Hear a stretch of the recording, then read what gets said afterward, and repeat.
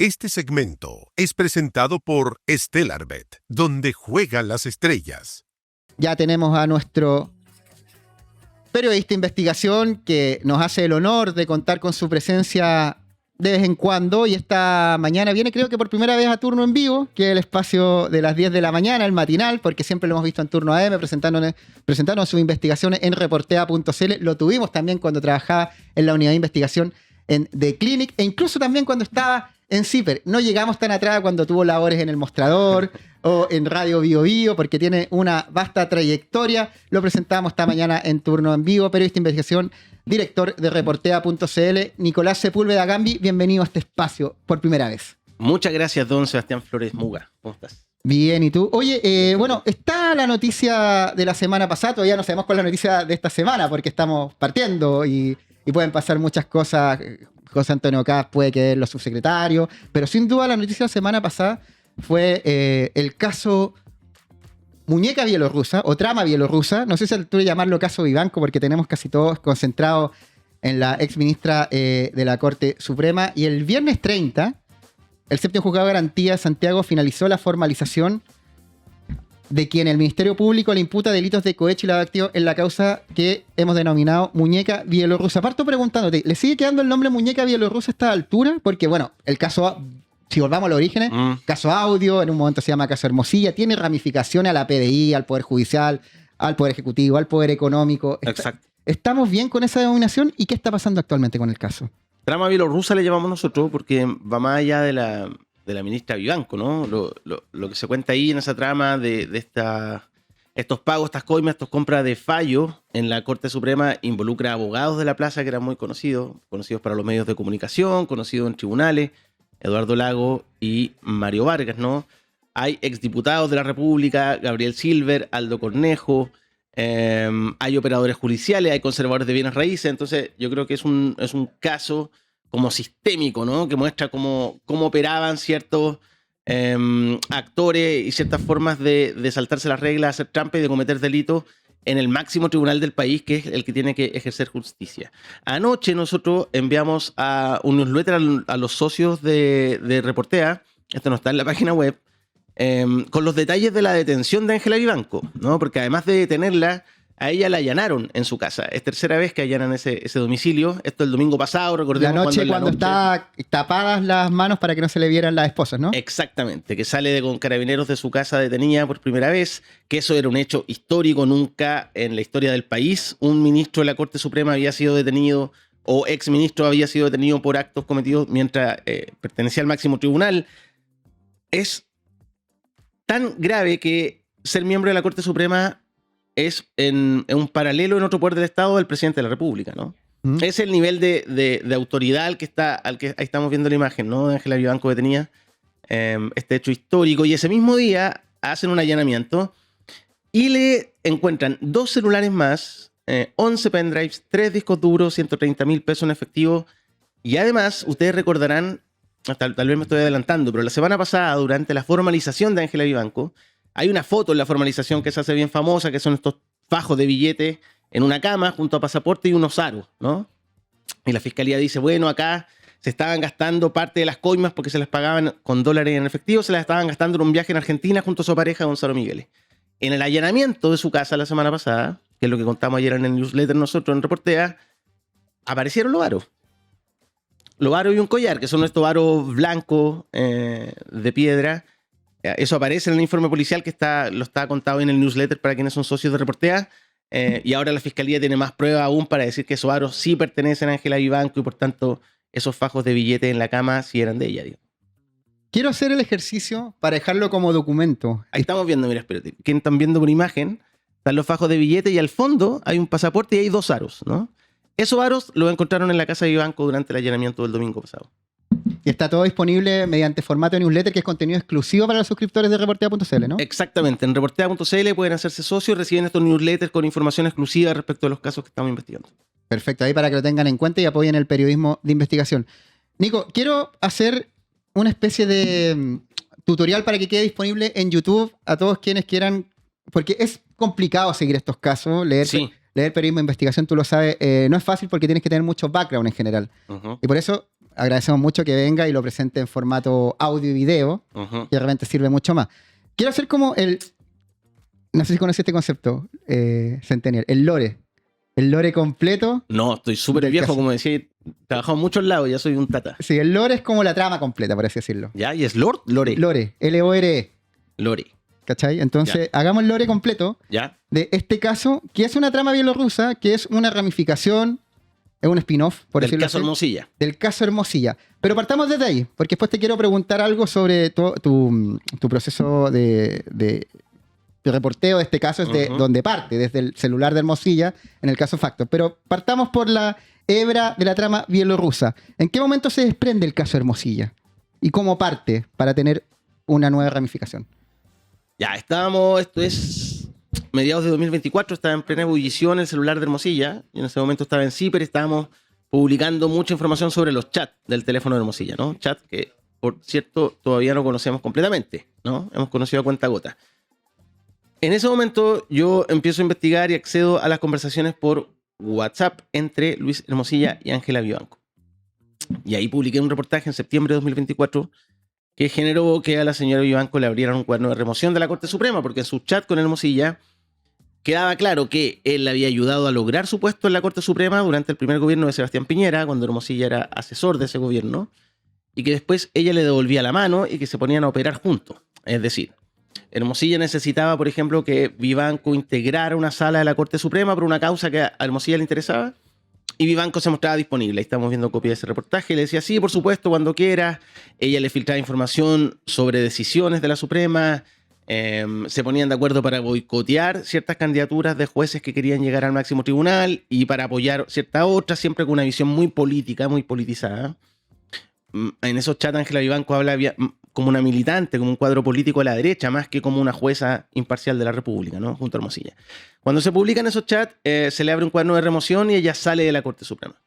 Y a partir de esas investigaciones, la gente de Codelco, que tenía la bala pasada, y decían, es la causa que tuvimos con el consorcio bielorruso Velas Movitech fue muy raro, presentan una denuncia en fiscalía y ahí se comienza a investigar lo que hoy día conocemos como la trama bielorrusa. Este caso de Codelco era a propósito de recursos judiciales derivados en el proyecto Rajo Inca de Atacama y involucraba la muerte de un trabajador producto de ciertas negligencias que tenía la empresa y que también derivó en un asunto que, claro, veían que Codelco perdía cada vez. Y a propósito de una jueza también, y ahí quiero ir en Ángela Vivanco, que no hizo la carrera particularmente en la Suprema, ella vino de otro lugar también, y eso también es relevante conocer su biografía. No sé si viste hoy día la portada de las últimas noticias, que hablaba un poco de su... Que las alumnas dicen que le hacía comprar los libros en la Católica. Claro. Sus libros. Claro, y es particular el personaje porque, Sí. claro, lo tomamos del momento en que comienza el caso de la trama bielorrusa. Pero entender a Ángela Vivanco hacia atrás también es importante para entender desde dónde viene alguien que como que se saltó la fila, por así decirlo, en la carrera por ser magistrada. Sí, ya, son dos preguntas. La primera, en simple, la trama bielorrusa es Codelco subcontrata a esta empresa, Consorcio Velas Movitech, capitales chilenos y capitales bielorrusos, para que haga camino y limpie la tierra en el proyecto Rajo Inca, que es un proyecto minero de Codelco en la región de Atacama. ¿Ya? Con unos camiones gigantes de 20 metros de largo, 9 metros de largo, estos camiones de la minería que son bien impresionantes cuando uno los ve en la carretera, sobre todo en el norte. Estaban en eso y efectivamente a Velas Movitech muere un trabajador, el señor Rubén Trigo, ¿ya? Un chofer. La empresa recién se da cuenta de la muerte de este trabajador 9 horas después y además estaban muy atrasados. Codelco esto lo considera muy grave y decide terminar el contrato unilateralmente. Dice, esto se acabó, llegamos hasta acá, cobra las boletas de garantía y el consorcio Velas Movitech judicializa esto para recuperar esa plata. Eso es la pelea bielorrusa, ¿ya? Lo que dice la fiscalía es que la entonces ministra de la Corte Suprema, Ángela Vivanco, influyó para que ganaran los bielorrusos a Codelco a partir de que le estaban pagando coimas para eso. Y claro, el personaje de Ángela Vivanco siempre ha sido particular. Es una mujer en apariencia conservadora, desde que ella era joven y era estudiante de la Universidad Católica. Siempre fue muy cercana a la derecha. A inicios de los 90, la gente que es más joven no se va a acordar, pero existía un partido que se llamaba Unión de Centro-Centro. Muy vinculado a un empresario, el señor Francisco Javier Errázuri, del que Ángela Vivanco era muy cercana. Ella fue vocera de ese partido Unión de Centro-Centro, que era un partido que tenía cierta ligación con la dictadura, pero se ubicaba en el centro político, un partido que finalmente no tuvo una larga vida y desapareció. Luego ella fue candidata a diputada por Renovación Nacional, siempre muy preocupada de cómo se veía. Estos datos que conocimos ahora hace poco de que iba 3, 4 veces a la peluquería a la semana, no es raro, ¿no? Ángela Vivanco, ahí quienes están viendo en imagen, la estamos viendo cuando era vocera del Partido Unión de Centro-Centro, ¿no? Muy peinada, siempre muy preocupada de la estética. Sus alumnos en la Católica recuerdan que siempre andaba con tacos. 30 y tantos años tenía en ese momento. Muy joven. Y siempre fue muy atractiva también, ¿no? Y bueno, se ha casado muchas veces, estuvo casada con el señor Madrid, un académico de la Universidad Católica muy conservador, en extremo conservador, es de esos profesores que hacía rezar a los alumnos antes de empezar las clases, por ejemplo, ¿no? Después se separó de él, ha tenido varias parejas, hasta que desemboca en Gonzalo Miguele, que este señor que no tiene oficio conocido, no es contador, no es abogado, pero sí lograba varios millones de pesos al mes gracias a su relación con Ángela Vivanco. Lo contrataban en los conservadores de bienes raíces, y ahí ambos hicieron un equipo, que hoy día están los dos presos, ¿no? En prisión preventiva, acusados de torcer la mano del Poder Judicial a cambio de dinero. Ángela Vivanco tiene miles de episodios. Como decías tú, ella efectivamente no hace carrera en el Poder Judicial. Es abogada privada, intentó una carrera política, no le funcionó. Antes de llegar a la Suprema, había defendido en el Tribunal Constitucional una solicitud que iba en contra del aborto en 3 causales, por ejemplo. Se opuso a la distribución de la pastilla el día después. Entonces, claro, estaba este lado conservador, pero por otro lado estaba su beta más coqueta y su beta también más preocupada de la cosa de la fiesta, ¿no? Era buena para hacer fiesta en sus cumpleaños, todos los años ella celebraba, por ejemplo, su llegada a la Corte Suprema con una fiesta grande. Hoy día le está pesando porque a esa fiesta iban abogados como Mario Vargas y Eduardo Lagos, quienes son supuestamente quienes la sobornaron. Pero además también tiene sus matices. Ella tiene una hija que es una influencer en Instagram de la disidencia sexual. Y eso, por ejemplo, cuando ella era ministra de la Corte Suprema, firma un fallo a favor de la transición de género de una persona que se lo solicitaba, ¿no? Entonces también tiene como su sorpresa, Ángela Vivanco. ¿Cuáles son los vínculos políticos que tiene Ángela Vivanco en los 90 cuando se involucra primero en el Partido Unión de Centro-Centro, pero después pasa a Renovación Nacional? ¿Con quién se involucra ahí? Me imagino que ese camino le llega a Hermosilla en algún momento. ¿Pero cuáles son sus vínculos políticos en primera instancia? No hay antecedente hasta ahora de que ella haya tenido relación política con Hermosilla de antes, ¿no? Se ubicaban por el mundo del derecho, pero no estrecha en relación hasta 2018, cuando ella le escribe y le pide ayuda para poder llegar a ser ministra de la Corte Suprema. Y su carrera política tampoco fue exitosa. No es que en los 90 uno pensara en Vivanco y dijera, wow, una dirigente política importantísima en los 90. No fue así. Estuvo siempre en el margen. Logró ser candidata. Hay gente que ni siquiera alcanza a ser candidato. Y para ser candidato alguien te tuvo que haber apadrinado o darte el cupo, ¿no? Claro, es que ella era muy cercana y formaba parte del mundo de la Universidad Católica, ¿no? Que es un núcleo de poder también, de la Facultad de Derecho. Hizo clase ahí durante más de 40 años. Entonces, desde ahí nucleaba sus relaciones y su carrera política o carrera judicial, pero ese era su núcleo, su base. Ella estudió medicina en la Chile primero. ¿Ángela Vivanco? Sí. Mira, no sabía ese medicina dato. en la Chile y se cambió después a Derecho a la Católica. Mira, sí. No sabía. Después de la presidenta Bachelet en la Chile. No creo que se hayan topado, habría que ver los años. Ella nació el año 63, por ende... Claro, es más joven. Sí. Pero hizo esa carrera. Lo cuenta hoy día la crónica de las últimas noticias, donde hacen el repaso académico de Ángela Vivanco a propósito de que hay una alumna cuenta que hacía comprar sus libros. No permitía que sacaran fotocopias. Claro. Sino que tenían que ir a comprar su libro en su cátedra, que era una cátedra muy compleja. Era un colador de alumnos. Eso se repite en su historia, porque ella ya estando en la Corte Suprema, esto es un dato que no mucha gente conoce, hacía unos cursos por YouTube de historia del arte o de historia de la humanidad, por el que se pagaba unos cursos, desde 10.000 hasta 100.000 pesos. Y esto lo hacía con una fundación cultural que es de Magdalena Mervilá. No sé si recuerdan a Magdalena Mervilá, el famoso video que se viralizó cuando decía, y la Molotov, y la Molotov, y la Molotov. Bueno, ella es Magdalena Mervilá, tiene una fundación, y en esa fundación hacía curso Ángela Vivanco, ya siendo ministra de la Corte Suprema. Y en los chats, alojado en el teléfono de Hermosilla, se constata que ella le enviaba los mensajes para que la gente se inscribiera, prácticamente obligándolo, ¿no? Como te mandaba el link, voy a dar esta charla, qué sé yo, la caída del Imperio Romano, y una semana después, oye, no te has inscrito. Oye, pero presionaba mucho a la ella gente. Intentaba sacar rédito económico de donde sea. Al parecer así lo demuestra los antecedentes que estamos conociendo de a poco. Bueno, ella llega a ser ministra de la Corte Suprema y el año 2022 se convierte en vocera. Y es una vocera particular porque en general la Corte Suprema los ministros son medio recatados, medio reacios a hablar mucho, pero ella era alguien que parloteaba harto. Eso en parte era lo que generaba que sus pares en la Corte Suprema la miraran con distancia. Ángela Vivanco, era una ministra que tenía mucho contacto con periodistas, por ejemplo. No es raro que hoy día uno vea periodistas cubriendo el caso, pero eran periodistas que también eran muy cercanos a ella, ¿no? Ella era una ministra de la Suprema que entregaba información reservada muchas veces, que hacía desayunos con la prensa, que tenía un contacto muy horizontal con ciertos periodistas y ciertos medios, ¿no? Y claro, cuando ves vocera de la Suprema, ella hablaba de todos los temas, eso incomodaba de sobremanera, porque como decías tú, en el Poder Judicial son mucho más recatados, tratan de no llamar la atención. Y Ángela Vivanco, cuando caminaba por los tribunales, escuchaban el taconeo de sus zapatos, digamos, en todos los pisos de la corte. Era una mujer que nunca ha pasado desapercibida. Y eso, bueno, eso la llevó a que la sacaran de la vocería de la Suprema también, ¿no? Porque recordarás que ella da una entrevista a La Tercera, donde interpreta un fallo sobre la ISAPRES que era distinto a lo que había dicho el máximo tribunal, y eso se interpretó como un apoyo de ella a la ISAPRES. Y ahí la Corte Suprema decide sacarla de la vocería, porque se había extralimitado en sus funciones. ¿En qué momento Ángela Vivanco contacta a Luis Hermosilla? ¿Qué ambición había? ¿Qué proponía a ella o qué ofrecía en esa búsqueda de poder? Porque claramente una mujer orientada tanto al dinero como al poder.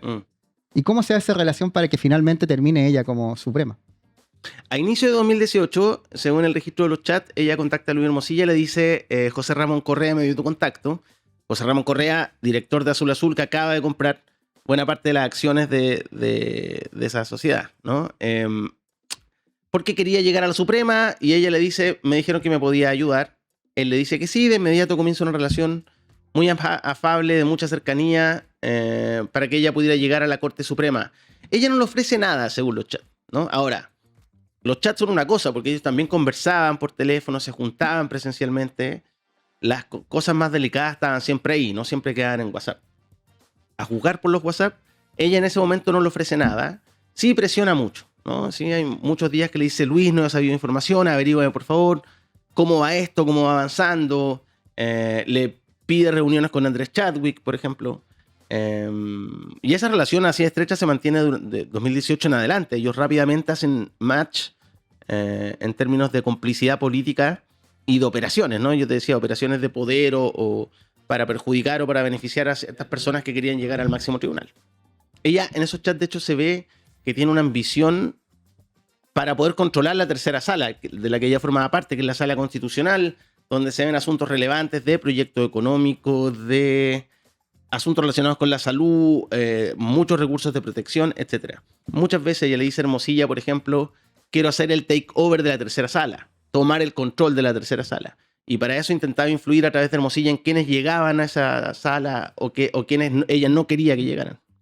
Cuando ella finalmente llega a la Corte Suprema, ¿cuál es la conversación que mantiene con Luis Hermosilla y cómo de alguna forma le devuelve el favor? Yo entiendo que la evidencia está sobre la mesa y por eso está en la situación judicial en la que está. Pero ¿cómo son las conversaciones? Tú que leíste los chats, ¿cuál es el tono? ¿Es un tono de gracias, te devuelvo, qué necesitas? ¿Cómo está haciendo el tono? En lo más coloquial posible, que es como lo podemos leer en los chats. Es muy informal y de mucha complicidad desde el principio, ¿no? Pero no de interés personal, ¿no? Que nadie se confunda. Acá no había ni una amistad cercana, ni una pseudo relación, no. Era un intercambio de mensajes absolutamente utilitario. Hermosilla la intentaba utilizar y ella lo intentaba utilizar a él. Era de ida y vuelta, ¿no? Yo les contaba que en un momento Hermosilla le dice: se va a ver un recurso contra la PDI, esto en tiempos de estallido social. Se va a ver en esta sala, hay muchos muy buenos argumentos para rechazar. ¿Puedes integrar la X sala mañana?, le dice Hermosilla. Ella le dice: por supuesto, es cosa que el presidente me lo pida. Ella siempre es muy dispuesta, ¿no? Y en otros momentos ella le escribe para pedirle una reunión, para hablar con Andrés Chadwick, para torpedear que llegue cierta persona a la Corte Suprema o para impulsar cierta otra. Le dice: tenemos que hablar urgente. Quejas contra el gobierno, maneras de apoyar al gobierno. Ella, por eso yo les decía al principio que se mostraba siempre como una militante. ¿no? Como un cuadro político de la derecha, apoyando al segundo gobierno de Sebastián Piñera, no como una jueza imparcial de la Corte Suprema. Eso es lo que en definitiva revelan los chats, ¿no? Que ella no estaba preocupada de impartir justicia, sus preocupaciones en esos chats eran otras, Sí. eran políticas ideológicas fundamentalmente y de asuntos de poder. Si mal no recuerdo, ella ocupaba la primera persona plural a veces para referirse al gobierno de Sebastián Piñera, como una activista prácticamente Exacto. del oficialismo de ese momento. Y claro, eso es lo que en el fondo, ese nivel de cercanía Habla política. de nuestro gobierno en algunos pasajes. Claro, por eso decía primera persona Claro. plural. En esa línea, cuando ya llega a la Suprema, la tercera sala es la clave para entender ahí su poder, su influencia en función del poder económico y el poder político. ¿Qué otros ministros se ven involucrados también? Además de Ángela Vivanco, que algunos están también en situaciones judiciales bien complejas y removidos del ¿Con máximo quién? tribunal. Con Hermosilla, dices tú. Ujú.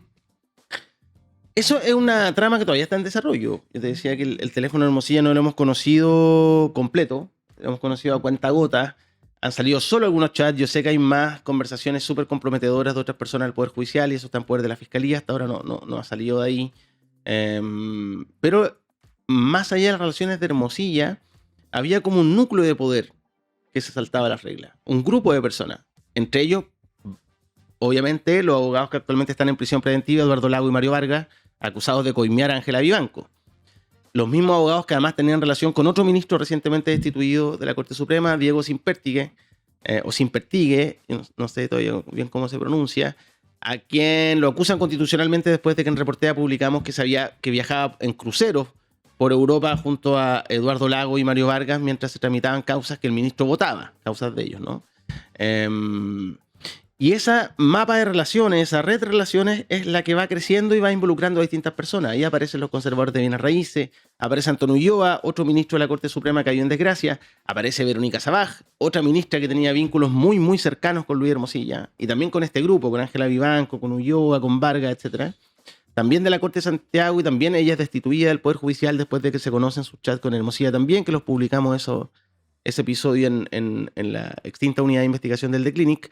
Y esta es una lista que sigue creciendo. Hay decenas de nombres que se están investigando de ministros del Poder Judicial que tienen algún vínculo con esta red o con Luis Hermosilla. Mario Carroza, por ejemplo, en la Corte Suprema, otro ministro que nosotros publicamos su chat también en The Clinic y reconoce su vínculo con Hermosilla, reconoce que Hermosilla le ayudó a llegar a su cargo, reconoce que él le envió cierta información reservada de la Suprema.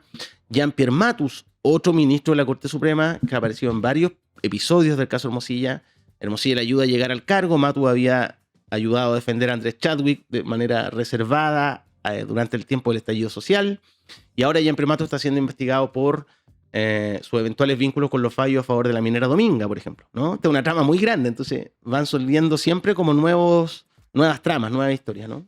¿Por qué si hay tanto ministro del Poder Judicial involucrado en estos casos? Finalmente Ángela Vivanco la que termina en esta situación de detención y prisión preventiva, pensando que sigue en investigación todo, pero que ella es la cara más visible de la crisis profunda que tiene el Poder Judicial y que también está llevando a desconfiar a la ciudadanía de un poder del Estado que es fundamental para el Estado de Derecho, para la convivencia democrática. ¿Qué es lo que tiene Ángela Vivanco? Podría decir quizás su torpeza o peor ejecución al momento de llevar a cabo estos presuntos delitos que se le están acusando. ¿Por qué Ángela Vivanco cae, por así decirlo? Porque, bueno, a ella se le pillan las coimas. Digamos, es como la trama más grave, más escandalosa del caso Hermosilla. Porque en los otros casos hay presunciones, ¿no? Hermosilla le pide a Verónica Sabaj que lo ayude a editar un escrito para defender a Sebastián Piñera en una causa judicial. Verónica Sabaj le ayuda, lo edita ese archivo. A Antonio Ulloa lo ayuda a apuntalar ciertos nombramientos judiciales. Mario Carroza le entrega información reservada de la Corte. Eso es una cosa. Pero otra cosa es lo de Ángela Vivanco, donde la Fiscalía logra trazar la ruta del dinero y demostrar con bastante verosimilitud que la ministra cobraba por los fallos que firmaba, ¿no? Eso es de una gravedad, es como el next level, ¿no? Es otro nivel. Y lo dice incluso Luis Hermosilla en un chat con Verónica Sabaj, cuando están pelando de cierta forma al grupete de Ángela Vivanco, Gonzalo Michele, Mario Vargas, Eduardo Lago. Dicen se fueron a Argentina juntos. Me acuerdo de algunos pasajes, esos chats están publicados en Reportea. Dice Hermosilla, Sabaj dice, no tienen conciencia de la ilicitud. Y Hermosilla dice, tienen perfecta conciencia de lo que hacen. Son peligrosos, dice, van a terminar mal. Esto es un chat del año 2022, cuando Vivanco, Miqueles, Mario Vargas y Antonio Ulloa habían planificado un viaje a Argentina, todos juntos, ¿no?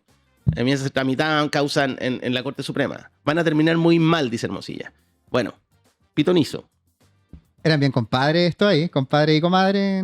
Se conocían perfectamente, el mundo judicial además es muy pequeño, ellos se conocían mucho, iban siempre a los cumpleaños, a los matrimonios, eran como una especie de cofradía, ¿no? Nico, ¿qué relevancia tiene lo que pasó el viernes en el séptimo juzgado de garantía, la prisión preventiva para una ex ministra de la Corte Suprema? Esto es inédito en la historia de Chile, ¿no?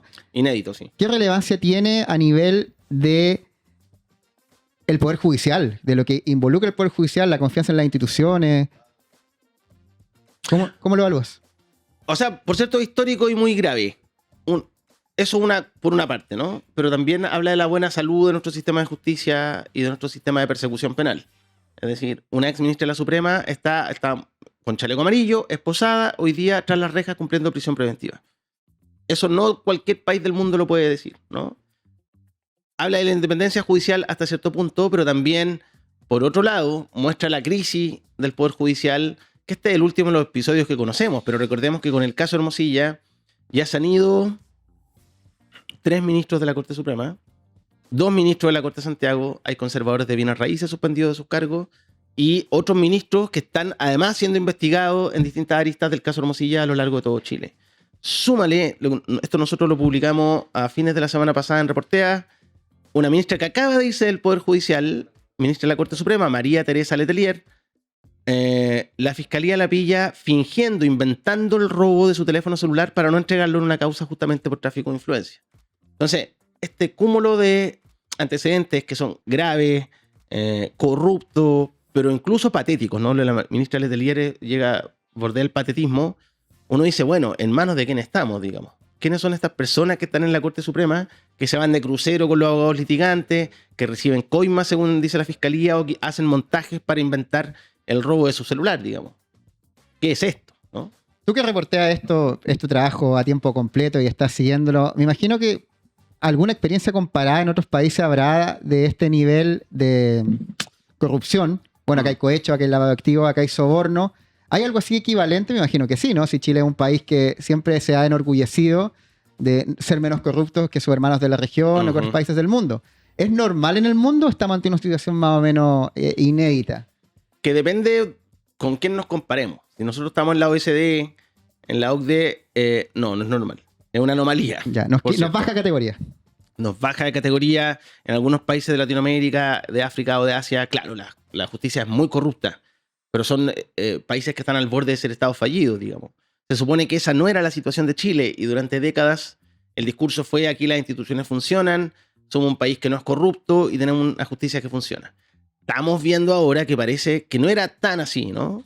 Por cierto que la mayoría de los jueces que uno conoce, que investiga, son personas probas y que aman el servicio público y que están hoy día espantados con lo que estamos conociendo. Pero había un grupete de ministros del Poder Judicial que llegó en cierto minuto que hacían este tipo de cosas, ¿no? Y bueno, por ahora, por lo que conocemos, todos vinculados al señor Luis Hermosilla, o que llegaron a sus cargos gracias al apoyo de Luis Hermosilla.